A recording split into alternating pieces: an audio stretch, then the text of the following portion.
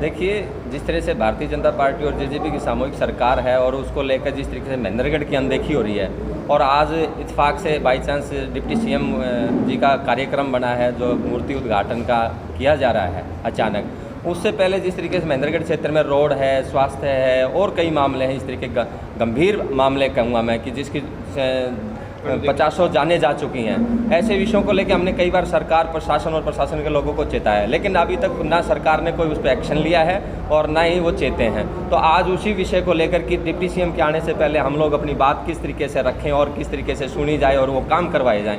आज हम एक आपत्ति दर्ज कराने आए हैं कि अभी तक मुख्यमंत्री जी कहाँ सोए हुए थे, डिप्टी सीएम कहाँ सोए थे, हमारे क्षेत्र की क्यों इस तरीके से अव्यवस्था उन्होंने बनाई गई है।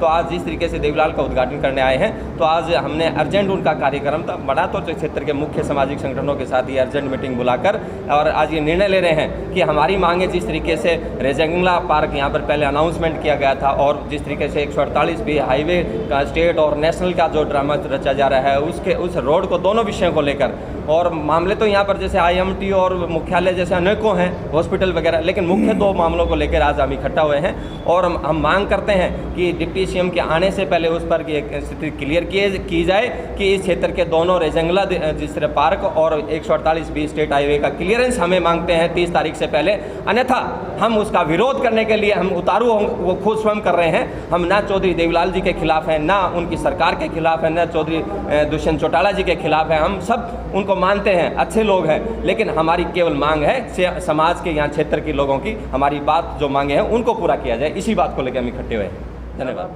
जब मीटिंग चल रही थी तब आप बता रहे थे कि जो ज़मीन है वो इलीगल है जिस पर अभी ये मूर्ति का निर्माण किया जा रहा है, मतलब अनावरण किया जा रहा है। आज हमने जो ये सभा की है ये इसलिए किया है कि महेंद्रगढ़ को बहुत ही ज़्यादा पिछाड़ा जा रहा है और भी आगे नया ज़माना आगे बढ़ रहा है, लेकिन महेंद्रगढ़ को पीछे घसीटा जा रहा है। आज भाई दुष्यंत चौटाला चौधरी देवीलाल की मूर्ति को रखने के लिए महेंद्रगढ़ दिखाई दे रहा है, सीधा चल के महेंद्रगढ़ मूर्ति रखने आ रहा है। आज से 4 साल पहले रेंजगला शौर्य स्मारक के बारे में मंजूरी हुई थी, मुख्यमंत्री ने किया था, रामविलास शर्मा जी ने भी ओपन किया था। उसके लिए उन्होंने अभी तक नहीं सोचा, उसके लिए पहले उसका क्यों नहीं पहले वो कार्रवाई करें। हम ये नहीं कहते कि मूर्ति क्यों रख रहे हैं। दूसरी बात ये जो महेंद्रगढ़ की जगह है ये देवीलाल पार्क के नाम पर जो है मंजूरी नहीं है। अगर मंजूर है तो मैं जेल जाने के लिए तैयार हूँ अगर मैं गलत हूँ तो।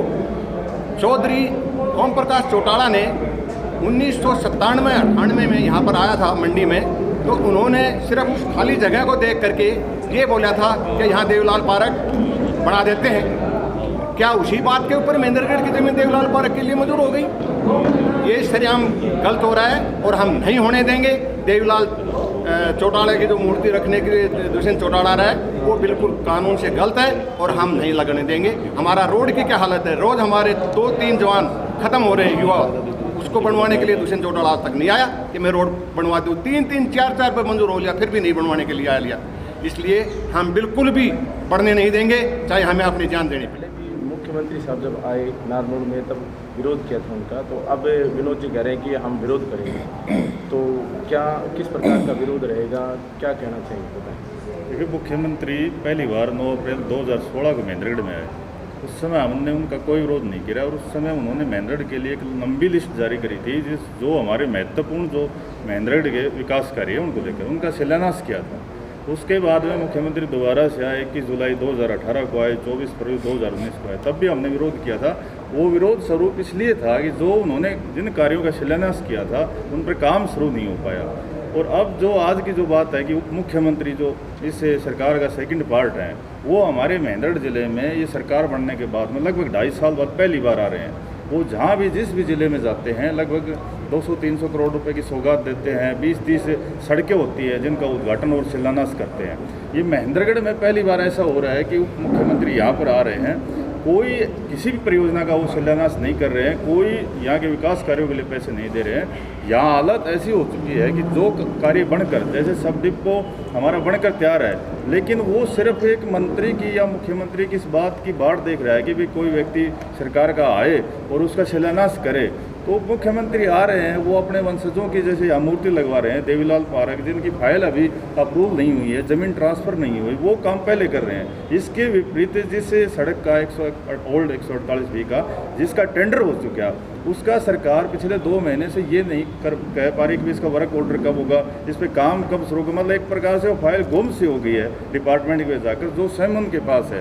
तो हम ये चाहते हैं कि मुख्यमंत्री पहले जो हमारी 148 ओल्ड सड़क है, इसका जब टेंडर हो चुका है तो उसका वर्क ऑर्डर क्यों नहीं करवाते। जो हमारा रेंजांगला शहीदी स्मारक जो सरकार ने घोषणा करी थी और उसकी फाइल अप्रूवल होकर यहाँ आई हुई है, तो उस स्मारक का भी वो साथ साथ शिलान्यास क्यों नहीं करके जा रहे। और जो सब डिपो जो बाट देख रहा है, जिस पे 6.25 करोड़ रुपए की लागत से जो बिल्डिंग बनकर तैयार हो चुकी है, उसका शिलान्यास वो क्यों नहीं कर रहे। तो अगर ये काम हमारे नहीं होते हैं, हम मुख्यमंत्री को सरकार को ये चेतावनी देना चाहते हैं कि ये तीनों कामों की जो फाइल है, इसमें 10 मिनट का काम है, वो या तो इन फाइलों की कल अप्रूवल करे, वरना उप मुख्यमंत्री परसों हमारे जिले में आएंगे तो हम उनका पुरजोर विरोध करते हैं। और हमारे ये कोशिश और प्रयास रहेगा कि हम उसको मेंढर हमारे जिले में नहीं घुसने देंगे। जी, विशेष आपने 3 जो मांगे इसमें मेंशन करी, रेजांगला के सब डिपो और 148B जो सड़क अपनी जो मेन मुख्य मार्ग है। बाकी इसमें जैसे सड़क अपनी जगह पर है, सब डिपो अपनी जगह पर है। बात करें रेजांगला की, तो रेजांगला रेंजांगला की जो फाइल है वो नगर पालिका से डीसी से अप्रूवल होकर एसडीएम के पास ऑन टेबल है। और जिस प्रकार से मैंने आपको बताया कि जिसका अभी ज़मीन ट्रांसफ़र नहीं हुई है, जो देवीलाल पार्क की जिसकी वो ओपनिंग करने का शिलान्यास करने की बातें चल रही हैं, उसका अभी धरातल पर कुछ नहीं है। तो जब उसका शिलान्यास हो सकता है, तो जिस फाइल का सारा कंप्लीट काम हो चुका और जिस रोड का टेंडर हो चुका, जो सब डिपो बन के तैयार हो चुका, तो जब मुख्यमंत्री हमारे क्षेत्र में आ रहे हैं, तो मैं अगर घोषणाओं की बात करें तो बहुत लंबी है, लेकिन उसमें तो वो कह देंगे कि भाई इसका हम पैसा दे देंगे, इसमें अभी टाइम लगेगा। मैं उन कार्यों की बात कर रहा हूँ जो जिनका सब कुछ तैयार है, जिसके टेंडर हो चुके हैं या जो भवन बनकर तैयार हो चुका है या जिसकी फाइल अप्रूवल हो चुकी है, उनकी बात कर रहे हैं। हम ये चाह रहे हैं कि जो 3 काम हैं, इनमें सरकार को कुछ नहीं करना, टेक्निकल अब इसमें कोई इश्यू नहीं है, सब औपचारिकताएं पूरी हो चुकी है। अब सरकार की मंशा अगर पॉजिटिव हो तो ये काम जो है ना, उप मुख्यमंत्री जब आ रहे हैं तो इन तीनों कामों के शिलान्यास साथ हो सकते हैं। तो आप क्या चाहते हैं कि ये जो है काम तीनों के संबंधित उप मुख्यमंत्री जी कल कुछ एक्शन लें, और हम ये चाहते हैं कि इनका सब कुछ काम पूरा है तो उप मुख्यमंत्री आ रहे हैं तो इनका शिलान्यास ही करके जाएं साथ साथ। अगर वो देवीलाल पार्क का शिलान्यास कर रहे हैं तो इन तीनों कार्यों का आपके सामने सब डिपो बनकर तैयार है, उप मुख्यमंत्री उनका शिलान्यास करके चले जाएं। रेंजांगला का जो शहीदी स्मारक का पार्क है, उनका कहीं भी वो शिलान्यास करके चले जाएं। और दूसरी बात, जो 148B ओल्ड की है, उसका टेंडर हो चुका है, तो वो वर्क ऑर्डर करवा कर उसका भी विधिक शिलान्यास करके चले जाएँ।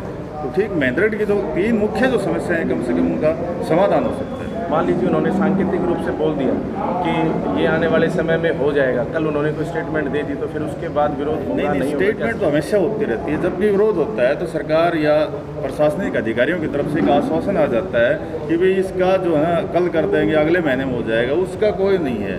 अगर उनके ऑफिशियल प्रोग्राम में जो चंडीगढ़ से डिक्लेयर होते हैं, उनमें अगर शिलान्यास का इसमें नाम डलेगा तो हम संतुष्ट होंगे, वरना उनका विरोध होगा। मैं तो ये कहता हूँ कि पिछले जितने भी सरकारों की तरफ ध्यान देंगे, सारी सरकारें दक्षिणी हरियाणा के सहयोग से बनी और ज़्यादातर महेंद्रगढ़ के सहयोग से बनी। अगर पर्टिकुलर महेंद्रगढ़ विधानसभा को भी मान लिया जाए तो इसके सहयोग से बनी, चाहे भारतीय जनता पार्टी हो, चाहे कांग्रेस हो, चाहे पुरानी अन्य सरकारें हो, चाहे संगठन की सहयोगी दलों की सरकारें हो, उस समय भी महेंद्रगढ़ के विधायक का सहयोग रहा, चाहे चौधरी बंसीलाल की सरकार हो, चाहे चौधरी प्रकाश चौटाला की सरकार हो, सभी सरकारों में हमारी भागीदारी रही है। और आज परिस्थिति ये है कि पूरे हरियाणा के 90 विधानसभा क्षेत्रों में सबसे बुरा हाल महेंद्रगढ़ विधानसभा क्षेत्र का है। ऐसी कोई तो कमी रही होगी, ऐसी कोई तो बात रही होगी कि हमारी अनदेखी की गई।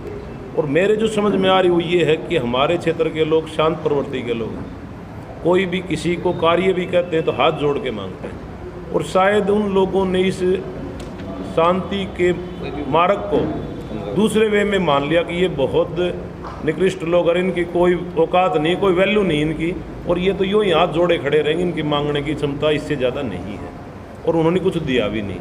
अब इसी ज़िले में अन्य हलकों में बरोबर में जो ज़िले हैं उनमें, चाहे दादरी हो, चाहे रेवाड़ी हो, चाहे नारनौल हो, सब जगह सड़कों का और सब चीज़ों का बढ़िया सरकार, दोनों सरकारों ने मिलकर अच्छा काम किया है, तो महेंद्रगढ़ में भी तो कर सकते हैं। हमने भी तो पिछली बार प्रतिनिधित्व दिया था भारतीय जनता पार्टी में, हमने भी तो बहुत बड़े कद के एक नेता को यहाँ से चुन के भेजा था।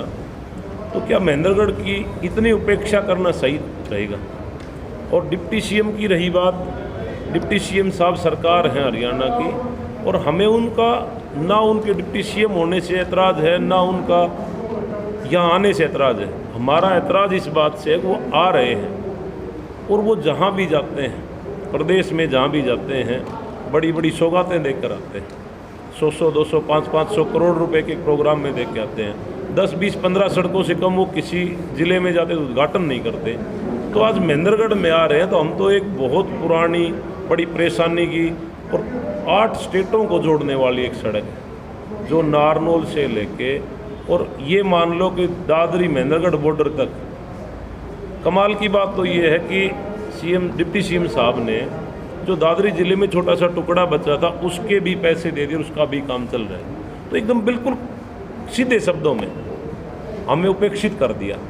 डिप्टी सीएम साहब ने खुद 18 करोड़ रुपए दिए हैं, दादरी ज़िले के दे दिए। अरे दादरी ज़िले के दे दिए, हमें इस बात से भी खुशी है, लेकिन हम भी तो इस हरियाणा प्रदेश के लोग हैं। वो हरियाणा प्रदेश के डिप्टी सीएम हैं, वो दादरी ज़िले या बारडा विधानसभा क्षेत्र के डिप्टी सीएम नहीं है। दूसरी बात ये है, मैं कतई इस बात का विरोध नहीं करता, उनके जो कार्यकर्ता हैं, उनके जो समर्थक हैं, वो चाहे हमारे से भी नारे लगवाएं, हम उनकी जय के नारे लगाएंगे। बस हमारी जो मांगे हैं, अब रेजांगला शौर्य स्मारक है, पूरी दुनिया में उनकी गौरव गाथाएँ गाई जाती हैं। हम ये कहते हैं कि रेजांगला शौर्य स्मारक की घोषणा हो चुकी, सारी चीज़ें कंप्लीट हो चुकी, एक छोटा सा काम है, उनका भी शिलान्यास कर दें।